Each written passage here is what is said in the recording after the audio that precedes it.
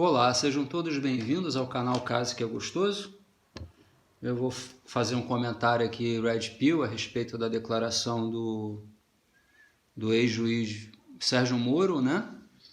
No tocante, quando ele falou que, olha, eu estou deixando de ser juiz, eu não quero, só quero um compromisso de que eu não quero deixar a minha família desamparada.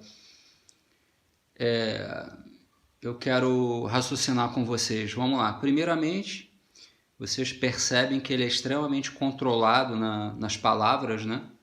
Ele fala devagar, ele pensa antes de falar, ele é cauteloso, né? Ele age assim, como a gente fala, pisando em ovos, né? E eu fiz aquele podcast sobre argumentos de autoridade, e isso está um pouco relacionado a argumentos de autoridade. Quando você está com o microfone na mão, quando você é autoridade, o tiro pode sair pela culatra também, né? Você falar alguma coisa que pode até lhe incriminar, né? Bom, mas com toda a inteligência que ele tem, né? Falar devagar, pensar, ser cauteloso, ele deixou essa questão meio em aberto, meio infeliz, né? Porque vamos lá, olha, eu vou deixar meu cargo de juiz federal para assumir um cargo de livre nomeação e exoneração de ministro de Estado. Se acontecer alguma coisa comigo, eu não quero deixar a minha família desamparada. Vamos parar para pensar. O que é isso? Ele pediu uma vantagem ilícita, ele pediu uma corrupção passiva, uma vantagem para a família caso aconteça alguma coisa com ele, ou ele seja morto no exercício da função, né? Ou ele pediu uma lei para que ampare esses casos, porque eu vou explicar. Bom, o Sérgio Moro, ele era juiz federal, então ele não pode dizer que não conhece o direito previdenciário, né? Bom, segundo a reforma, salvo engano, do ano de 2015, do governo Dilma... Não, antes de falar isso, eu tenho que explicar que ele, como encargo comissionado, né, quando ele deixou de ser juiz, o vínculo dele com a administração pública foi desfeito. Todas aquelas contribuições que ele fez para o sistema próprio, né, para o regime próprio da previdência ali dos magistrados, né, ficaram lá. O máximo que ele consegue fazer, se ele for para o regime geral, o INSS, é levar essas contribuições para o INSS, mas que vão ficar limitadas ao teto do INSS, que é aproximadamente R$6.000, né? Atualmente menos de €1.000.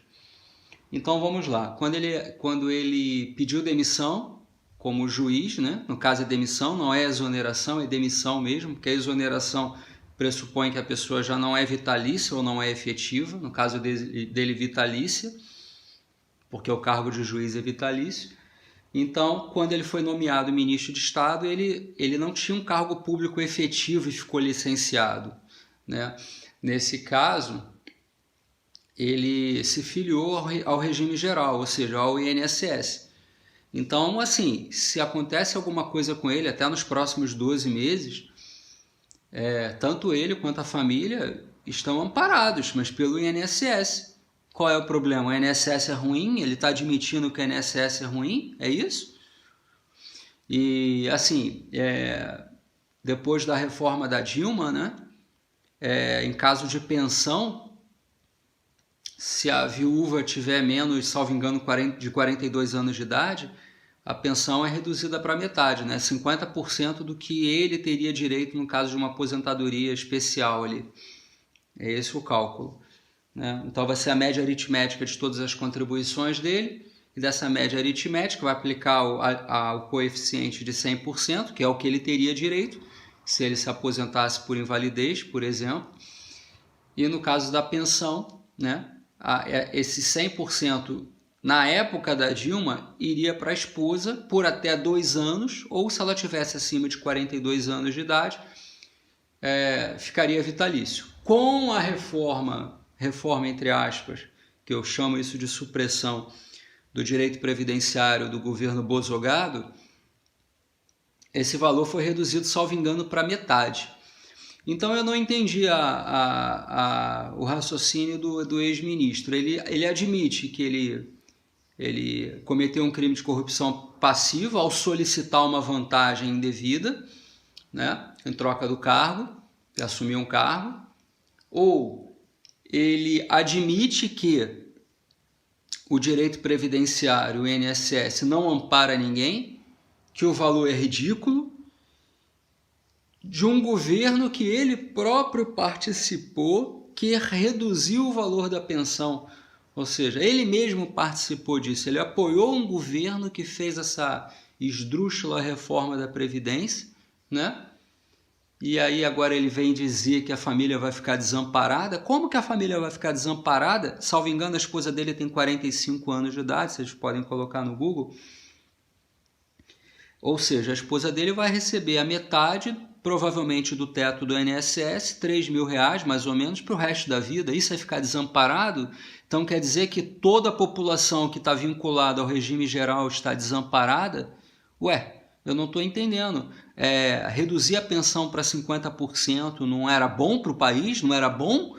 Não continuava amparando as pessoas? Não preservava o pagamento, a questão financeira do Estado, do INSS, etc.? Então, o que ele está querendo dizer com isso? Que o INSS não presta? Por que ele está tão preocupado?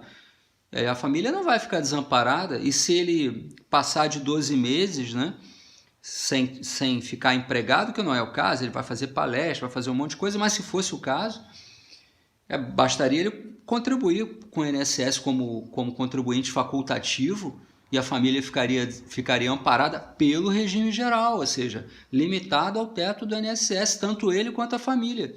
O que ele quis dizer com isso? Você vê como é que é a hipocrisia, né? O governante, os apoiadores do governo, os ministros, apoiam determinada coisa, mas para o povo. Para eles não. Para ele próprio admite que é um benefício previdenciário decorrente de um infortúnio nesses casos, né, é insuficiente.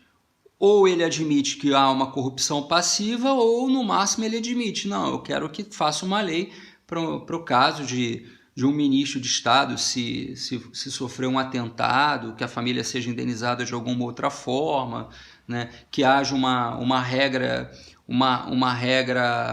para... como é que chama? Averbar, né, o tempo da contribuição como juiz no INSS, né, que faça uma composição para fins de não limitar as contribuições previdenciárias do cargo de juiz ao teto do INSS, que é R$6.000.